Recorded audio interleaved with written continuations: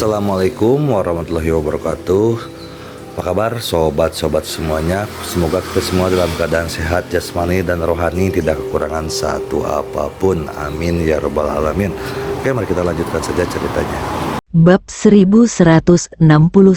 Satu jam. Cu Chen terkejut bahwa penyihir berpakaian kupu-kupu ini, setelah perangkap kecantikannya gagal, malah menjadi tangguh. Cu Chen memandang Song Yan dari samping. Jadi, apakah kita akan membunuhnya atau mencincangnya? Song Yan menatap wanita iblis berpakaian kupu-kupu dan berkata, "Aku mendengarkan suamiku." Wajah wanita iblis berpakaian kupu-kupu itu tak dapat menahan diri untuk berubah. Gadis iblis di Ei sebenarnya agak takut dengan pria iblis yang tidak bermain sesuai aturan. Aku juga membencinya di hatiku. Merasakan tatapan Cu Chen, gadis iblis berpakaian kupu-kupu itu merasakan firasat mengerikan bahwa dia sedang memikirkan di mana harus memulai terlebih dahulu. Dan suaranya sedikit bergetar. Tidakkah kamu menyebut dirimu sebagai penegak hukum Tiongkok? Mengapa kamu tidak membunuh orang yang melakukan kejahatan? Aku hidup dalam pengasingan dan tidak melangkah maju. Tetapi kamu ingin membunuhku? Bukankah kau memintaku untuk membunuhmu? Cu Chen menjawab. Wanita iblis berpakaian kupu-kupu, siapa yang melakukan kejahatan? Song Yan tidak dapat menahan diri untuk bertanya. Cu Chen menatapnya dengan serius.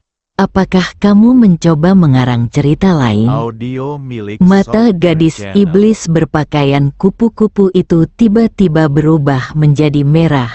Dia tidak pernah mengalami ketidakadilan seperti itu dalam dua kehidupannya. Namun ketangguhan tadi hanya bersifat sementara. Setelah dadanya naik turun dengan tajam, gadis iblis berpakaian kupu-kupu itu merendahkan suaranya dan berkata, 2000 tahun yang lalu, Kaisar Qin Yu menerobos kehampaan dan membuka gerbang menuju wilayah Qin. Para prajurit bermigrasi, tetapi banyak orang tetap tinggal diam-diam. Di antara mereka, ada sebuah organisasi pembunuh bayaran teratas dari para prajurit kuno saat itu, Blood Tone, yang memilih untuk bersembunyi. Meskipun biksu bau itu tidak menemukanku tadi malam, dia tahu aku ada di dekatnya dan berteriak untuk memberitahuku bahwa orang-orang Blood Tone telah menemukannya. Apa hubungan kunjungan Sueci ke biksu itu dengan apa yang Anda katakan tentang seseorang yang melakukan hal-hal jahat? Cu Chen benar-benar tidak dapat memikirkan hubungan antara keduanya. Siapapun yang didekati oleh Blood Tone harus bergabung atau mati. Sekilas ketakutan melintas di mata gadis iblis berpakaian kupu-kupu. Biksu Bau itu tidak sepenuhnya menolak Blood Tone.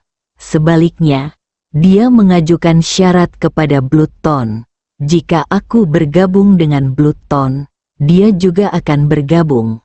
Biksu Bau sialan itu sengaja menyeretku ke dalam ini. Peringkat pertama di antara organisasi pembunuh kuno. Cu Chen bergumam pada dirinya sendiri dan tidak menganggapnya terlalu serius. Cu Chen tidak lagi terkejut dengan apa yang disebut tokoh kuno yang kuat, benih api, banteng dewa 5 warna, 10 sekte utama, Del. Tokoh-tokoh yang berkuasa di zaman dahulu mungkin tidak akan mampu menutupi langit dengan satu tangan di era baru. Kau meremehkan Blood Tone? Gadis iblis berpakaian kupu-kupu itu meliriknya. Tahukah kau mengapa Blood Tone mampu menjadi organisasi pembunuh nomor 1 di dunia persilatan saat itu? Karena pemimpin Blood Tone, Qin Su, dikabarkan merupakan adik dari Kaisar Qin Yu. Meskipun Kaisar Qin Yu tidak pernah mengakuinya di depan orang lain, Rumor ini saja sudah cukup untuk membuat Bloodstone milik Kinsu menonjol di dunia persilatan. Saat itu, bahkan 10 sekte besar pun tidak mau dengan mudah memprovokasi Bloodstone. Bagaimanapun, mereka adalah sekelompok orang yang mencuri jiwa dalam kegelapan. Duri darah ada hubungannya dengan Kaisar Qinyu. Ini adalah berita pertama yang didengar Chu Chen tentang Kaisar Qinyu sejak energi spiritualnya bangkit kembali. Jika itu berhubungan dengan Kaisar Qinyu, Sui Qi tidak mungkin berbuat jahat, Chu Chen berkata tanpa pikir panjang. Gadis iblis berpakaian kupu-kupu itu mencibir padanya dan berkata, "Tidak bersalah. Bisakah kau menjamin bahwa saudaramu tidak akan melakukan kejahatan?" Chu Chen, melalui percakapan berikutnya, Chu Chen memiliki pemahaman yang lebih dalam tentang Bloodstone. Organisasi pembunuh yang tidak ada hubungannya dengan kebaikan atau kejahatan. Yang dilihatnya hanyalah uang dan harta. Ketika dunia prajurit bermigrasi, beberapa anggota Bloodstone tetap tinggal dan berbaring tak berdaya. Begitu Bloodstone menerima misi, dia akan menyelesaikannya dengan cara apapun. Karena itu, Bloodstone tidak pernah gagal sekalipun. Gadis iblis berpakaian kupu-kupu berkata, "Aku curiga beberapa anggota Bloodstone tetap tinggal hanya untuk memenuhi misi tertentu yang belum selesai.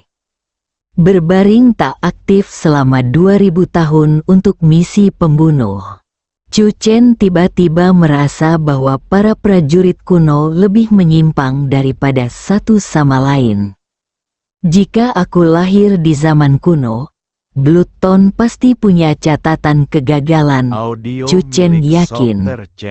Gadis iblis berpakaian kupu-kupu itu mencibir. Dengan kekuatanmu, bahkan pembunuh kelas 3 seperti Sui Qi bisa membunuhmu.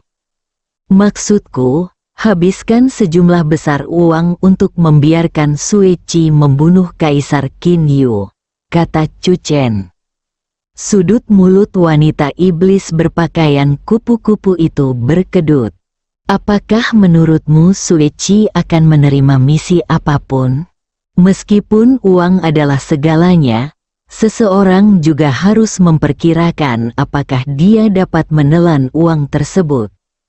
Chu Chen melihat ekspresi gadis iblis berpakaian kupu-kupu dan langsung kecewa. Saya pikir organisasi pembunuh bayaran nomor 1 sangat kuat. Tetapi ternyata mereka hanya memilih misi yang akan diambil. Tahukah Anda bahwa ada seorang pembunuh bayaran bernama Tao Hua di luar sana? Dia telah berkelana ke seluruh dunia, membunuh banyak orang, dan tidak pernah kalah. Inilah pembunuh bayaran nomor 1 yang sebenarnya. Jika hidupku dalam bahaya di bawah pedang lawan, aku tidak akan pernah mengobrol dengan orang ini bahkan jika aku dipukuli sampai mati. Gadis iblis berpakaian kupu-kupu merasa bahwa waktunya sangat lama dan setiap detiknya adalah siksaan. Pada zaman dahulu, pembunuh haus darah yang membuat semua prajurit menjadi pucat saat disebutkan, di matanya, tidak sebagus bunga persik. Gadis iblis di Ei tidak mempercayainya. Tunggu sebentar, sepertinya kau mengatakan sesuatu. Tapi sepertinya kau juga tidak mengatakan apapun. Chu Chen menatap gadis iblis berpakaian kupu-kupu itu. Apakah kau mengulur waktu? Ekspresi gadis iblis berpakaian kupu-kupu itu berubah sejenak, dan dia mendengus, "Mengapa aku menunda-nunda, menunda waktu untuk menunggu biksu bawau itu datang dan menyelamatkanku?" Kami tidak tahu seperti apa Bloodstone di zaman dahulu, tetapi kami belum menerima berita apapun tentang Bloodstone saat ini. Kau menggunakan Bloodstone untuk mengancamku, dan aku curiga kau adalah anggota Bloodstone, kata Chu Chen dengan serius. Wanita jahat di Ei sangat marah hingga dia menangis. Chu Chen tidak menunjukkan belas kasihan padanya. Ayo pergi, kita tinggalkan tempat ini dulu. Aku tidak akan pergi. Gadis iblis berpakaian kupu-kupu mencoba bersikap tangguh. Pedang ajaib di tangan Chu Chen membuat tanda berdarah di leher gadis iblis berpakaian kupu-kupu. Suara gadis iblis berpakaian kupu-kupu itu bergetar, "Aku pergi." Gadis iblis berpakaian kupu-kupu berjalan di depan, diikuti Chu Chen dan istrinya dari belakang. Mereka meninggalkan sungai Zidu dan berdiri di atas sebuah batu di puncak Tiyun. Lihat, puncak Tiyun memiliki pemandangan yang sangat indah. Namun dalam semalam, tanah longsor dan retakan di tanah telah mengubur lebih dari 20 jiwa yang tidak bersalah. Chu Chen berkata, "Kami penegak hukum menghargai bukti. Jika biksu itu muncul dalam waktu 1 jam dan mengakui bahwa dialah penyebab tanah longsor, aku bisa mengampuni nyawamu." Gadis iblis berpakaian kupu-kupu akhirnya mengerti mengapa Chu Chen memintanya meninggalkan Zidujian. Gunakan dia untuk memancing biksu bau itu keluar. Bagaimana jika dia tidak muncul? Tanya gadis iblis berpakaian kupu-kupu. Itu membuktikan bahwa kau berbohong. Aku hanya bisa membunuhmu untuk menghibur orang mati. Chu Chen berkata tanpa ragu-ragu. Mata gadis iblis berpakaian kupu-kupu itu membelalak. Mana buktinya? Bukti apa yang kau butuhkan? Kurasa kaulah pembunuhnya. Kaulah pembunuhnya. Chu Chen menatap tajam ke arah wanita iblis berpakaian kupu-kupu itu. Aku akan bertarung denganmu. Gadis iblis berpakaian kupu-kupu itu meraung di dalam hatinya. Tetapi ketika dia bertemu mata dengan Chu Chen, dia merasa sedikit takut. Angin gunung menderu. Tubuh gadis iblis berpakaian kupu-kupu itu gemetar. Setengah jam berlalu, biksu itu tidak muncul. Gadis iblis berpakaian kupu-kupu itu melirik Chu Chen dan Song Yan, lalu melihat ke bawah gunung. Ada sedikit kerumitan di matanya. Dia tiba-tiba merasa seperti tidak tahu apakah dia ingin biksu bau itu muncul atau tidak. Bab 1170 itu adalah pembayaran yang salah. Wanita iblis berpakaian kupu-kupu itu menatap pasangan di depannya dengan ketakutan di matanya. Pria yang mengaku sebagai anggota tim penegak hukum Tiongkok itu begitu kuat, sehingga kemampuan sihirnya tak berguna di hadapannya. Dia memiliki gambaran umum tentang kekuatan biksu bau itu, dan dia takut kalau dia tidak sebanding dengan pria di depannya. Kau biksu bau, lebih baik kau tidak datang.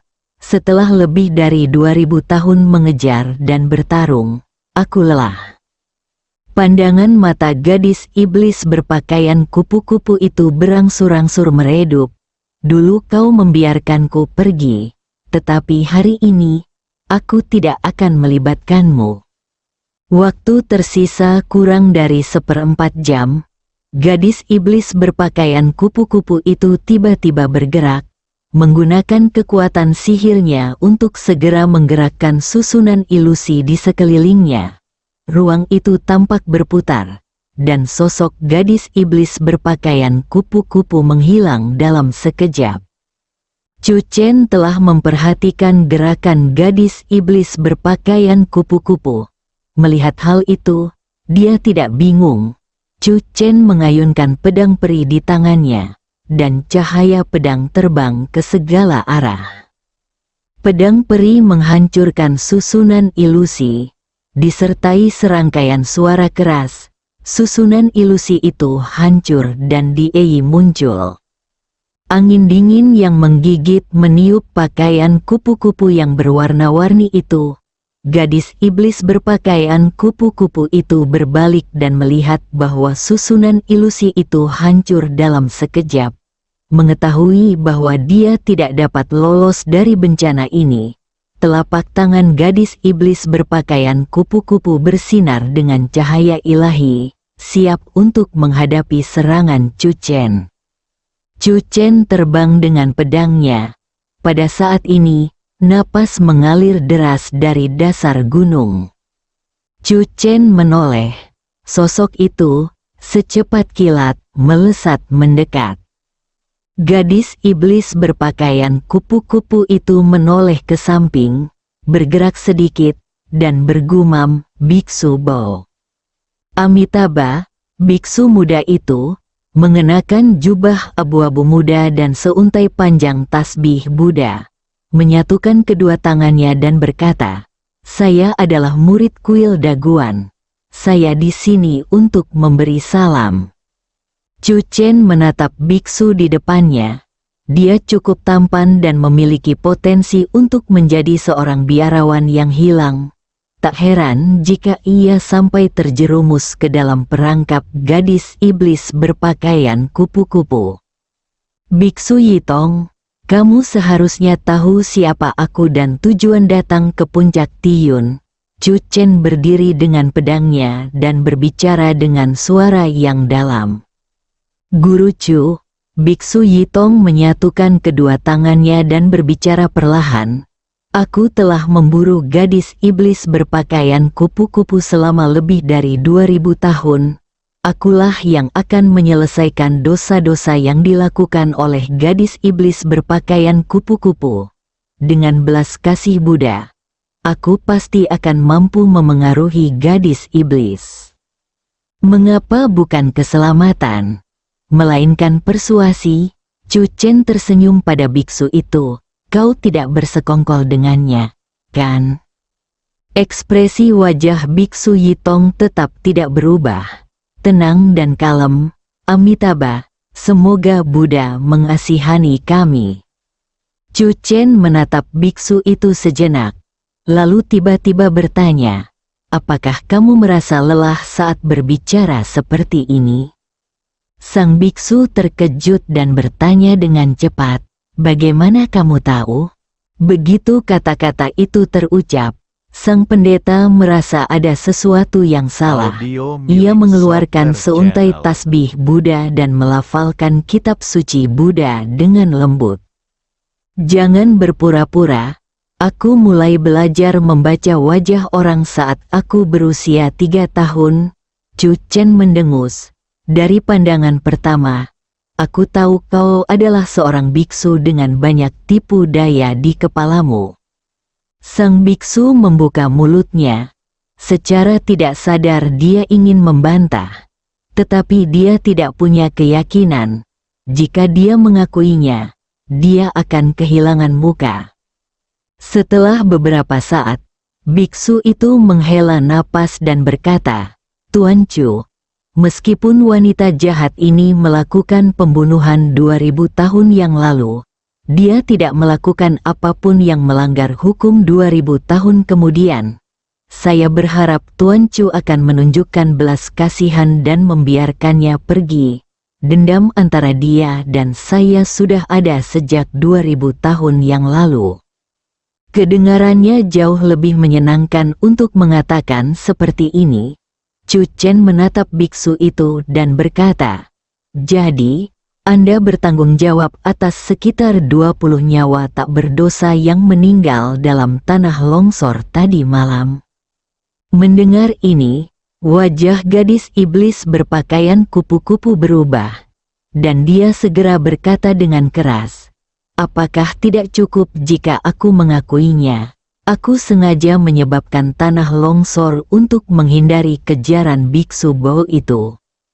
Chu Chen dan sekelompok biksu menatap wanita iblis berpakaian kupu-kupu pada saat yang sama. Sebelum Chu Chen membuka mulutnya, raut wajah biksu itu menampakkan sedikit rasa sakit, seakan-akan jantungnya telah berdenyut dan terkuras abis. "Aku tak percaya kau." Kau rela menanggung kejahatan membunuh seekor binatang. Chu Chen dan gadis iblis di Ei keduanya tercengang. Mengapa biksu itu memarahi dirinya sendiri? Chu Chen masih berterus terang. Mengapa kau menyebut dirimu binatang buas? Hebat sekali, Biksu Yi Tong berkata dengan keras. Orang yang membuat masalah di puncak Tiun tadi malam adalah pembunuh berduri darah. Dia merasuki seekor macan tutul dan bersembunyi di pegunungan dan hutan dalam tubuh macan tutul itu. Dia keluar untuk melakukan kejahatan tadi malam, dan aku mengejarnya sepanjang jalan. Tetapi sayangnya dia akhirnya melarikan diri, dan kemudian aku berbalik. Biksu Yi Tong merasa patah hati. Chu Chen mengerti dan mendesah. Kamu lebih buruk dari binatang buas. Sang biksu tercengang. Jika Anda pikirkan baik-baik, ini adalah kebenaran. Bahkan lebih patah hati. Penyihir ini, aku tidak akan membiarkanmu pergi. Biksu itu menatap gadis iblis berpakaian kupu-kupu dan berkata, kamu telah melarikan diri selama lebih dari 2000 tahun. Hari ini, kamu tidak dapat melarikan diri. Gadis iblis berpakaian kupu-kupu itu sadar dan menjadi marah. Pada saat ini, kata-kata itu muncul dalam pikiran mereka berdua hampir bersamaan. Ternyata itu adalah pembayaran yang salah. Gadis iblis berpakaian kupu-kupu itu memamerkan kekuatan sihirnya dan menyerbu ke arah biksu tersebut. Lalu pertempuran sengit pun terjadi di antara keduanya. Apa yang terjadi pada mereka? Song Yan mendatangi Chu Chen dengan bingung. Saat biksu Yi Tong muncul, dia mengira dia adalah penolong gadis iblis di Ei. Tetapi dia tidak menyangka bahwa mereka berdua akan saling bertarung karena perselisihan. Anda dapat mengetahui dengan sekali pandang apakah itu pertarungan sungguhan atau hanya akting. Mereka berdua benar-benar bertengkar. Bahkan saat ini, kekuatan bertarung yang dilepaskan oleh gadis iblis berpakaian kupu-kupu bahkan lebih besar daripada saat dia bertarung melawan Chu Chen. Chu Chen juga tidak sadarkan diri untuk waktu yang lama. Setelah beberapa saat, dia hanya bisa mendesah. Mungkin, ini yang dinamakan cinta dan benci. Mungkinkah apa yang dikatakan biksu ini benar?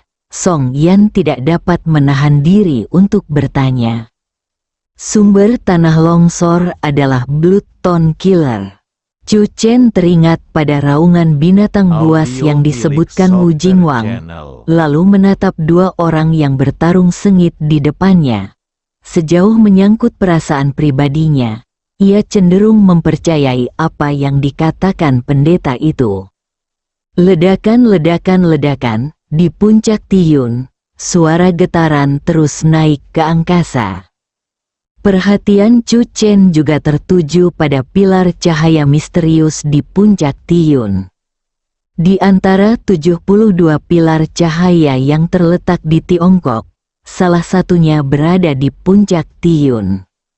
Tak peduli apakah itu tanah longsor atau pertempuran antara gadis iblis berpakaian kupu-kupu dan biksu Yi Tong, hal itu tak berpengaruh pada pilar cahaya misterius yang mencapai langit.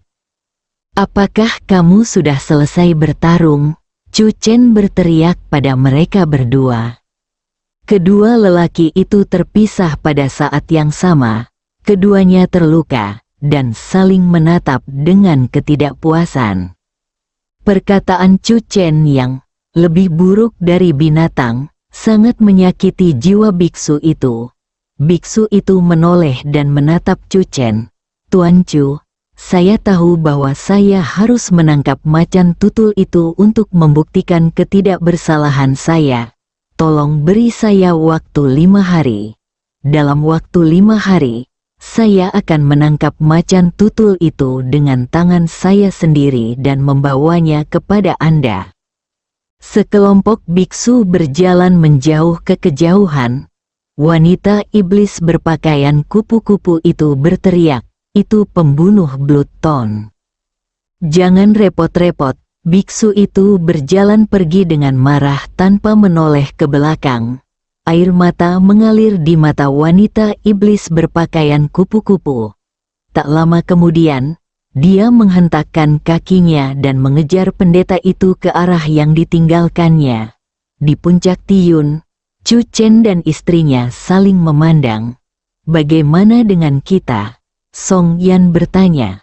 "Saya juga tertarik dengan duri darah ini," Chu Chen berkata. "Ikuti mereka, lihatlah dan saksikan kesenangannya." Bersambung.